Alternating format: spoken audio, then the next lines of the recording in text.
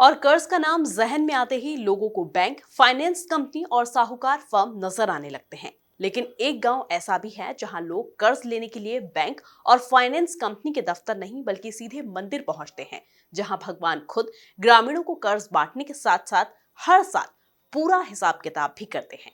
कैसे, देखिए ये खास रिपोर्ट। रतलाम के बिबड़ौद गांव में भगवान बांटते हैं भक्तों को कर्ज। वायुपुत्र निभाते हैं इस गांव में फाइनेंसर का फर्ज। गांव में दशकों से चली आ रही है यह परंपरा। भगवान हनुमान जी करते हैं भक्तों का हर काम पूरा। रतलाम के बिबड़ौद गांव में भगवान हनुमान जी का अद्भुत रूप देखने को मिलता है, जहां भगवान हनुमान खुद अपने भक्तों को कर्ज बांटते हैं। 2000 लोगों की आबादी वाला यह वही गांव है जहां भगवान खुद अपने भक्तों के लिए फाइनेंसर के रूप में मौजूद है। इस गांव में ऐसा कोई भी घर नहीं जो राम भक्त बजरंगबली का कर्जदार ना हो।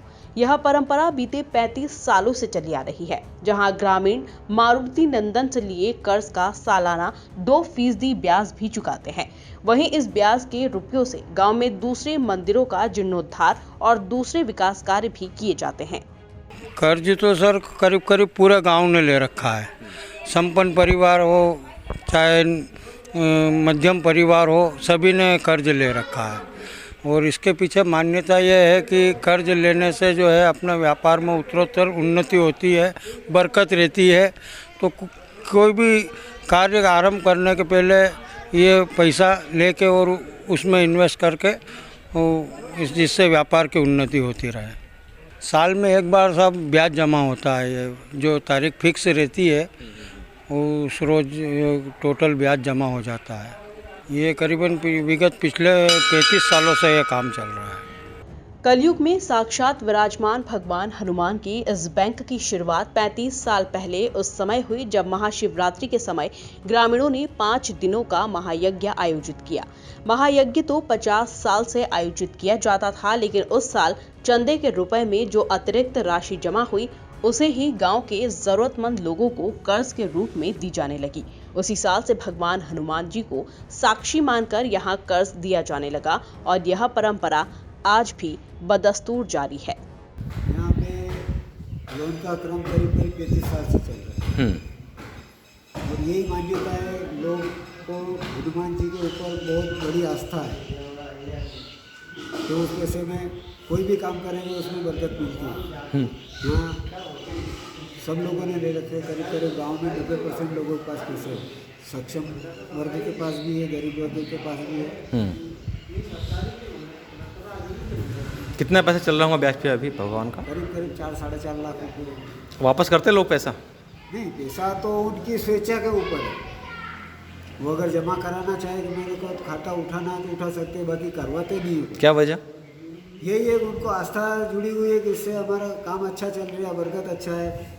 खास बात यह है कि गांव का कोई भी शख्स मारुति नंदन के इस ऋण से मुक्त नहीं होना चाहता। ग्रामीण भगवान से लिए इस कर्ज को अपने लिए शुभ मानते हैं और यही वजह है कि हर ग्रामीण ने हनुमान जी से छोटी छोटी राशि का भी कर्ज ले रखा है।